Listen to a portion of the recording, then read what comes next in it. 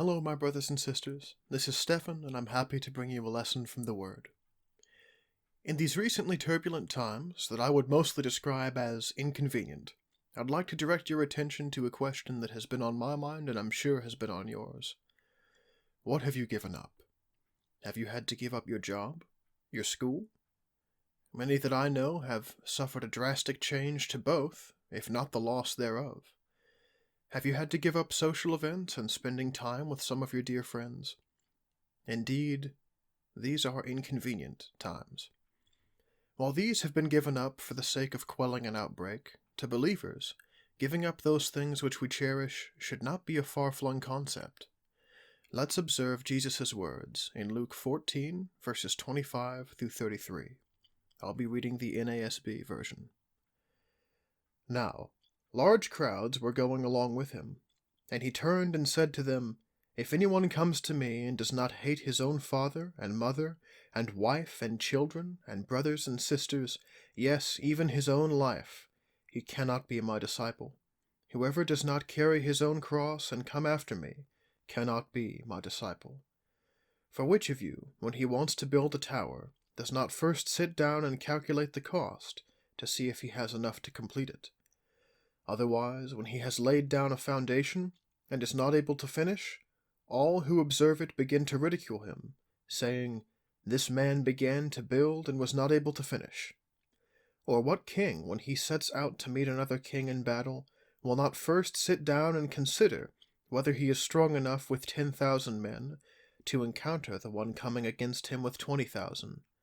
Or else, when the other is still far away, he sends a delegation and asks for terms of peace. So then, none of you can be my disciple who does not give up all his own possessions.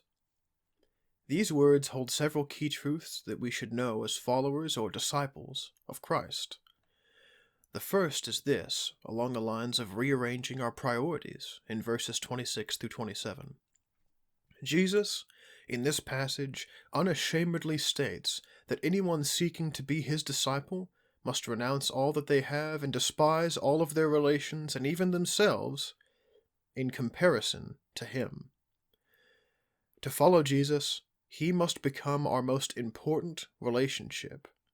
And while we are never instructed to actually exercise hatred towards our mothers, fathers, brothers, or sisters, that is to be a comparison of what those things are now considered in relation to how important Jesus has become.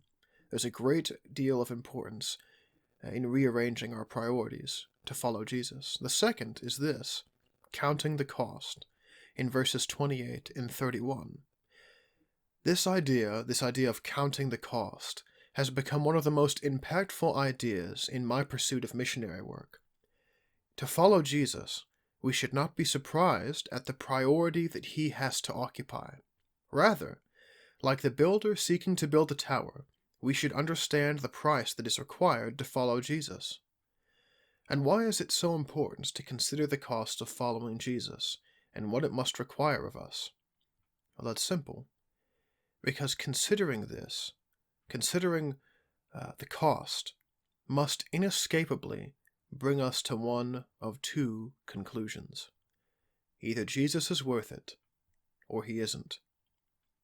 You see, in the previous passage to the one that we are discussing, the passage is Luke 14, verses 15 through 24.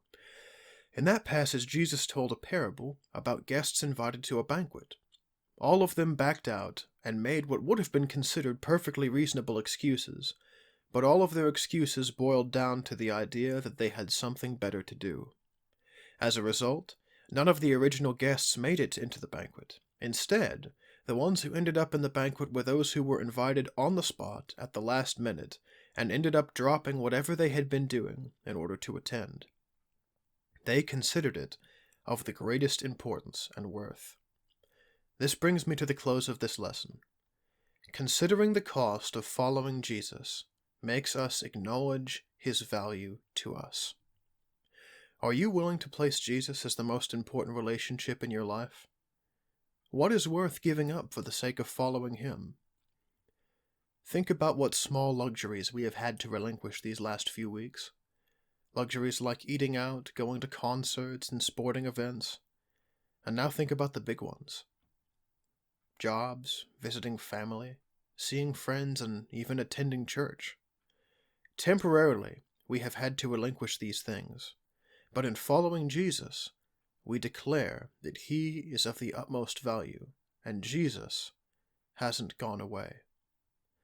So as you sit in isolation and observe these inconvenient times, as you consider what you have had to give up, consider the true cost of following Jesus. I urge you, consider what more may be required of you in time. And in that consideration, rejoice that Jesus is worth it.